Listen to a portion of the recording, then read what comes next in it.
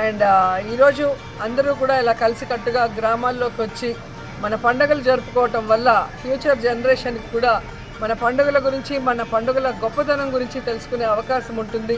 అలాగే వాళ్ళకి బంధువులందరూ పరిచయం అయ్యే అవకాశం ఉంటుంది.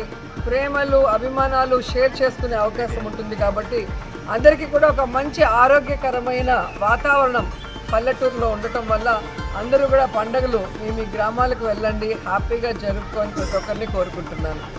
కానీ రాష్ట్ర ప్రజలు మాత్రం ఈరోజు బాధతో ఉండటం కళ్ళారా చూస్తున్నాం.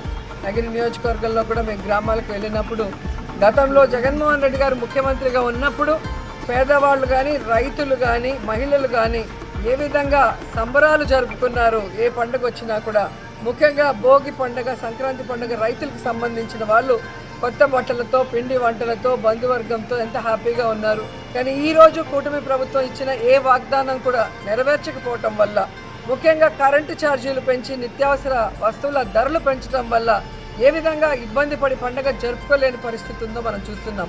రైతులకి రైతు భరోసా లేదు. అధిక వర్షాల వల్ల పంటలు నష్టపోతే నష్టపరిహారం లేకపోవటం వల్ల రైతులు చేసుకోవాల్సిన ఈ పండుగ గ్రామాల్లో వెలవెలబోతుండడం చూస్తున్నాం మనం.